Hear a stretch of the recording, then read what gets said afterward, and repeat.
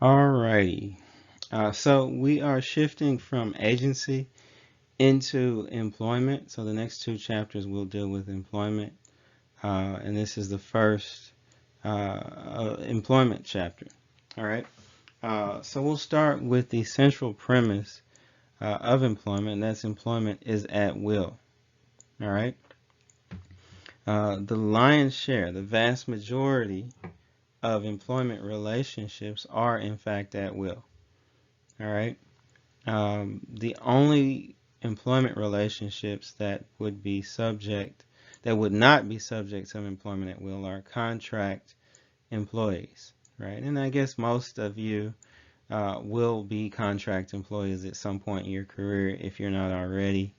Um, but the vast majority of employment relationships are employees at will. So, okay, so for employment contracts at will, Um, let's start with the general rule. Employment can be terminated at any time by either party, the employer or the employee, for any reason. All right, that's the broad rule. And suffice to say that when you are terminated from employment at will, it is difficult for that to be actionable, for that to lead to a successful lawsuit. However, there are some exceptions, which we'll talk about. The first being contract theory.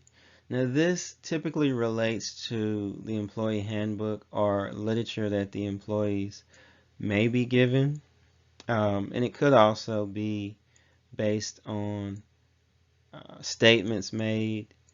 Um, but let's talk about employee handbooks for a minute. So, if the handbook says you can be fired for cause, insubordination, or after you have been warned. Well, that means that that's a contractual agreement, right? If you're provided that employee handbook and it says those things, it means that to be terminated, you have to be given a warning and for the reasons listed in the employee handbook, which is why most employee handbooks say, usually in um, bold print, employment is at will and you can be terminated for any reason. All right. Um, but if it didn't, then the employee handbook would govern, right? And you might be able to have a case for wrongful termination. All right.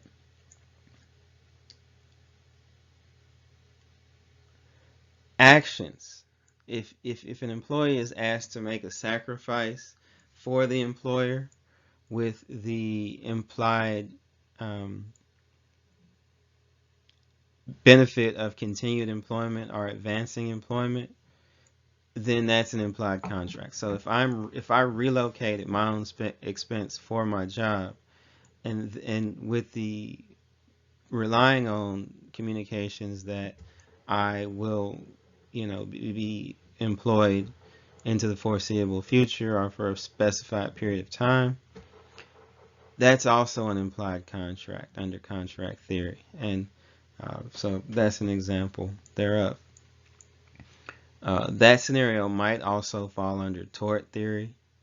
Like if I am told if I relocate, I've got a job, and I relocate and I'm not hired, well, that's misrepresentation, which falls under tort theory. So there's another exception to the general rule.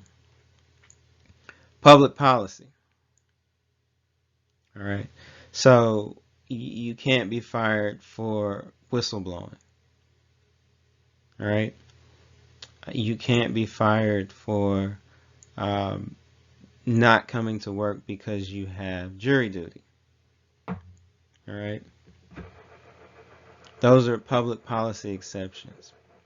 You can't be fired because you exercise your right to vote on election day. All right. Those are all public policy exceptions. All right. So I will ask you guys to reconcile um, kind of the position that employers are in when it comes to employment at will, because legally they're not obligated to give you a reason for your termination. They're just not. So when I say they, the employers are not obligated to give you a reason. So what does that mean? It means that the burden of proof on an employee who believes they fall within one of these exceptions is high. It's a difficult case to make. All right, just throwing that out there for consideration.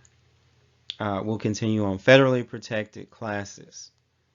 All right, federal law does prevent being terminated for these classes: race, color, religion, national origin, sex, age, and disability. Now, sex is has changed. Sex is interesting in that, well, no matter how I word that, it comes out kind of funny. But with the most recent Supreme Court case, the federally protected classification relating to sex has changed. All right. So it used to be your actual sex, all right, which meant whether you were male or female.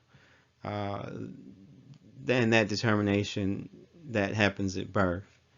Gradually, it's expanded to include gender, which is a choice as to how you live your life, what sex you choose to live your life as. And most recently, it was expanded to include sexuality. So perhaps that was on your radar, but I have linked to a video detailing just that. So the first YouTube video linked in this week's module page details just that. All right. The hypothetical that we're going to look at on the next slide is in fact changed by that most recent ruling, right? And of course that ruling is subsequent to the print date or the copyright date of our text, and so it supplants some of the stuff that's in the book. Okay, age, which is only applicable over 40, so below 40 age discrimination is legal, and disability. All right, state law protections. All right. In the state of Ohio, there's not much that goes beyond what the federal law requires. All right. Some states have protected discrimination based on sexual orientation for years, even decades. New York, Massachusetts, California. But in the Midwest, there was no such protection up until the recent Supreme Court decision. Okay, let's talk about our hypothetical.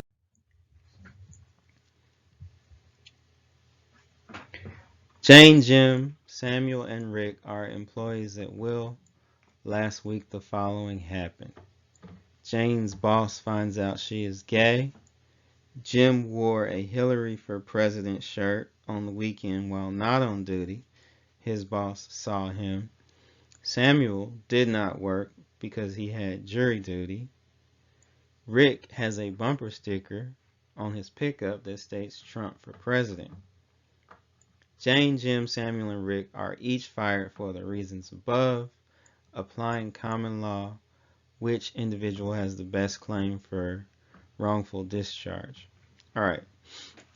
As the question is written, applying common law, the public policy exception would be applicable. So it's Samuel who didn't work because he had jury duty. However, we also have to consider federal law, right? And recently federal law was changed by the most recent Supreme Court ruling. Again, I encourage you to watch that video to include sexual orientation. So Jane also now has a good case against their employer. All right. Now, you might say Jim and Rick were both exercising their right to free speech. And absolutely they were, right? The Constitution does guarantee your right to free speech. It doesn't mean that you're not going to be fired by private enterprise because you exercise your right to free speech. Right? There is a somewhat isolated exception for governmental employees. If you work for the federal government or a state government, you can't be fired for exercise of free speech, but that would not be applicable for private employers. So assuming Jim and Rick are in private employment, they have zero protection for their termination. Doesn't really matter that Jim was on the weekend, was off duty, wasn't at work, doesn't matter. Okay, that's it for employment at will.